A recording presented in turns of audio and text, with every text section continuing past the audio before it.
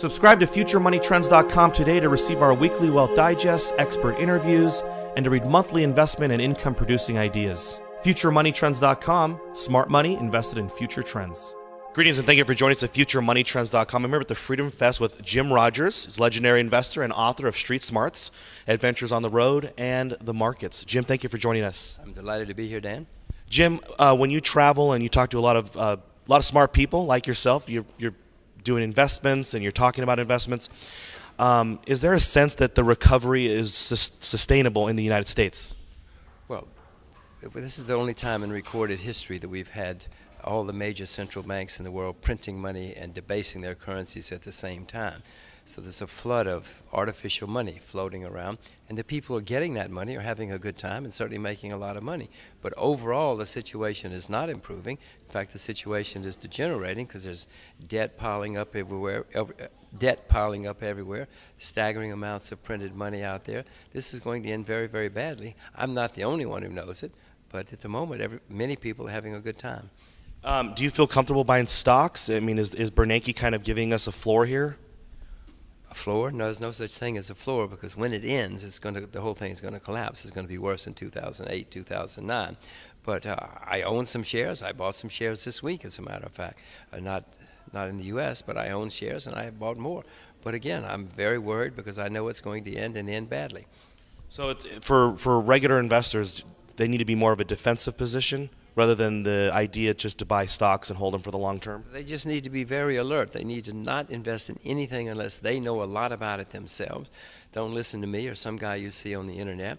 Only invest in what you know, but be very, very alert that once these people stop printing all this money, it's going to end and end badly. Or what will be even worse is the market may just say, we don't want your garbage paper anymore. And now that's harder to detect and to discern, but if it happens that way, boy, it's going to be real mess.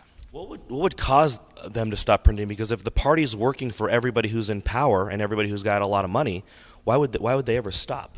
Well, even on the Federal Reserve, the central bank in America, half the people know that this ultimately is not going to be good. You read the minutes and you see that half of them are already getting very worried about it. What would cause them to stop is I'm not the only person who knows this is madness. They know it's going to have to stop someday.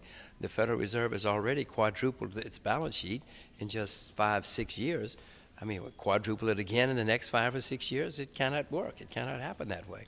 Or you and I and everybody else watching this are going to say, we don't want your garbage paper anymore. For the commodities, for gold, for example, there's been a lot of reports that it's now being sold at spot below the production cost. How does that fare for a commodity? Does that mean silver or gold is now a good buy because of that situation?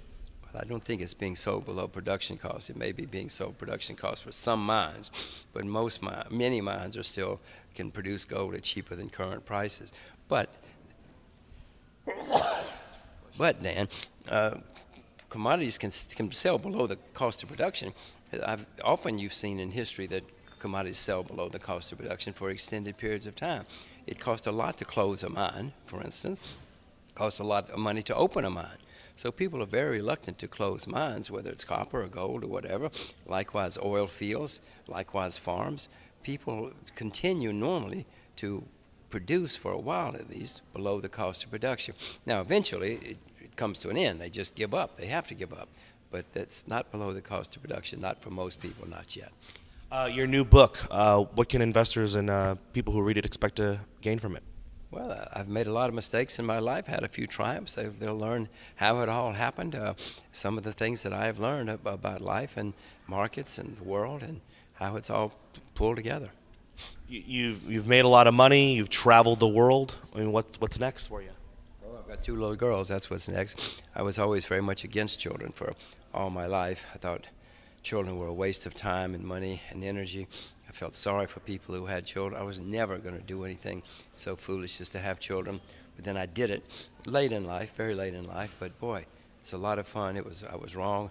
I hope everybody watching this will go home, if they haven't had children, go home and get on with it, start having children, take a day off, or don't take a day off these days, but go home for lunch, have a lunch hour or something, because children are a lot of fun, and that's definitely my next adventure.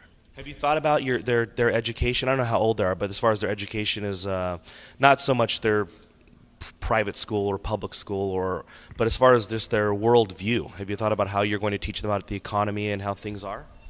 Well, I talk about all that in the book, and it's interesting because many people keep telling me that this is the best book I've done, which is a great surprise to me. It's sort of a shock almost. Yes, I've moved them to Asia. I want them to grow up in Asia, knowing Asia. They were, in their lifetimes, Asia will be the most important part of the world. They both speak Mandarin, fluent Mandarin Chinese like natives. So no, I'm trying to expose them and prepare them for the 21st century. Just because they know Asian and speak Mandarin will not make them successful, but at least it will give them a couple of skills which many other people will not have. In closing, just about life success, a lot of people, it is achievable to become wealthy, a millionaire, but then there's people like you who really, hit it out of the park when it comes to building wealth. Do you have any advice for people as far as what was something that you focused on or did? Is there anything in your life that you can share with somebody that they could also use to help their life? Well, just figure out what you love the most and pursue that as your passion, because that's the only way you're going to be successful, and that's the only way you're going to be happy, even if you're not successful. I mean, if you want to be a gardener, become a gardener, because if you're good at it, someday you'll have a chain of garden shops all across America. You'll be listed on the New York Stock Exchange. Your professors, your teachers, your family will all say, we knew you'd be a good gardener. So pursue what you love. That's the only way you're going to be happy and the only way you're going to be successful. So it's safe to assume outside of family, investing, the markets, that is what you love. Oh yeah, that's what I couldn't believe they'd pay me to do it.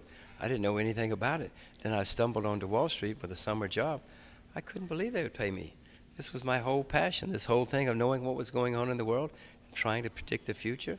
And I found a place that's what they wanted you to do. They'd pay you, and if you did it well, they'd pay you a lot. I was stunned. I used to think I was going to go to law school, business school, medical school. Boy, would that have been a mistake. Yeah. Jim Rogers, author of Street Smarts, Adventures on the Road and on the Markets. Thank you so much for joining us.